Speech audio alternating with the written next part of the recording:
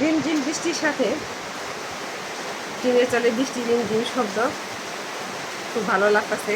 আশা করি আমার কাছে ভালো লাগতেছে। তার জন্য বাজারে যাওয়ার জন্য রেডি হয়েছিলাম, আনতে পারলাম না। তো আপনাদের ছোটো একটা কষ্টের বিষয়ে কথা বলবো। একবার আমার 2-3 বছর, 4 বছর, 5 বছর আগে অনেক অসুখ হয়েছে, মন নাই কত সালে, নাকি কত সালে হইব। আমার ছেলে যখন 7 বছর, এখন আমার ছেলে 10 বছর, আমার ছেলে তখন 3 বছর। তখন আমার আম্মু আছে, সবাই আছে।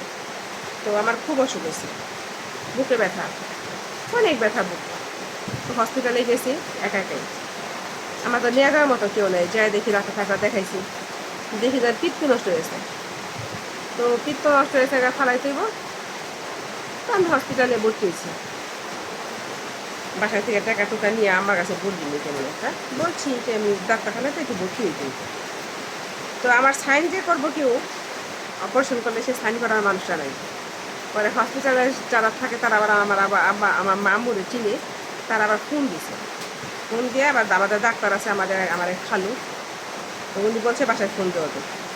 উনিও ফোন দিছে, তারাও ফোন দিছে। ফোন দেওয়ার পরে আমার আম্মু গেছে। বিশ্বাস করবেন, আমার একটা ভাই বোনও, আমি 3 দিন হসপিটালে ছিলাম, আমাকে দেখতে যায়নি।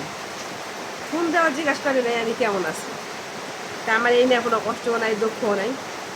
কিন্তু আমার আম্মু তো আমাকে দেখতে গেছে, কথাটা বলতেন। তার কিছুদিন আগে আমার এক মাঝারও বোন আছে, আমার 11 মাসের ছোটো আর কি, এই 1 বছরের ছুটি দর করে। তো আমার ছোট, অনেক সুন্দরী, রূপসী রাজকন্যা, সাদা ফুরফুরা। সে আবার হুজুর, বুঝছেন। তার জামাই মাদ্রাসায় লেখাপড়া করছে, সেও মাদ্রাসার মেট্রিক পাস। তারা তো তারা অন্যরকম হুজুর টাইপের, একটু মুন্সি মুন্সি টাইপের, অন্যরকম। অনেক সুন্দর, ফর্সা দমদমা। তো আমার বোনের জামাই অসুখ হয়েছিল, লিভারের সমস্যা হয়েছিল। আমার আম্মু তাদের কাজ নাই দেখে, তাদের কিন্তু আছে টাকা পয়সা ভালোই, ছন্দ অনেক আছে। তো আমার আম্মু বাসায় থেকে টাকা পয়সা তাদেরকে পাঠাই দিয়েছে তাদের চিকিৎসা করার জন্য। খাবে কি তারা সেই চিন্তা। আমার ছোটো বোন তাড়াতাড়ি করে তাদেরকে টাকা পয়সা পাঠাই দিছে।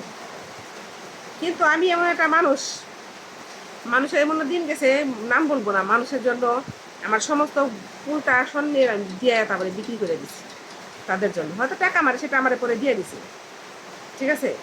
তো আমার অনুদান কিন্তু কেউ আমাকে দিল না। আমি বাড়ি বড় মেয়ে, বড় বোন। তা আমাকে একজনও হসপিটালে দেখতে গেল না। আমার মা কিন্তু তাদেরকে কিন্তু ঠিকই দেয় অসুখ বিসুখ। তা আমাদের আমি বলে হসপিটাল আইসো কেন মা? পেয়েছি, তুমি একা একা, তোমার বলে সাইন করার মানুষ নাই, এর জন্য আসলাম। ঠিক আছে আইসো, বসো, ভালো কথা। আমি তো আইতে দিইনি। সবুজ আসলে হসপিটালে একটা লোক, নার্স, তে ও সাইন করতো, তুমি কে আর আইসো?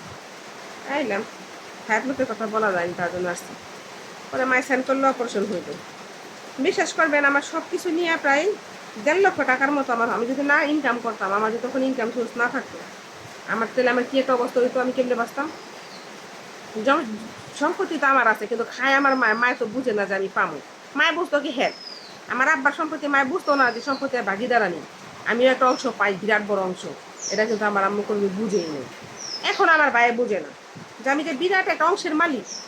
আমি আজকে বেঁচে গেলে কালকে অন্য কেউ এসে সেখানে দখল করবো, সেই জিনিসটা, সেই বুঝটা আমার মারও ছিল না, আমার ভাইয়েরও নেই।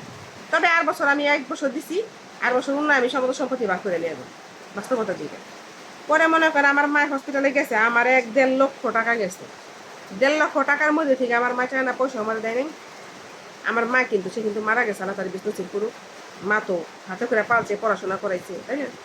তো একটা কথা মনে রাখবেন, আমার মা আমার 1 কেজি, আমি টুথ বিস্কুট খাই বাইসা থাকছি, কারণ আমার খাওয়া নিচে ছিল সব কিছু। কিন্তু আমার মা আমার আধা কেজি টুথ বিস্কুটও কিনা দেয় না, বাড়িতে খালি চা দিয়ে আটা আর টুথ বিস্কুট খাইছি। তো আমার ছেলেটা অন্য বেশি কাছে রেখে আসছি, তারপর অবসর করছি। তো মনে করেন পৃথিবীতে তেইলা মাথায় তেল দেয়, রুক্ষ মাথায় বেল দেয়। আমার কিন্তু পয়সা আছে, কিন্তু একটা জিনিস ছিল না, স্বামী। তারপরেও কিন্তু আমার মা এরকম করছে, আমার ভাইয়েরা দেখতে গেলো না, বোনেরা গেল না। আর ওদের কিছু হইলেই ভাইয়ের ছেলের হাত কেটে গেছিল গা।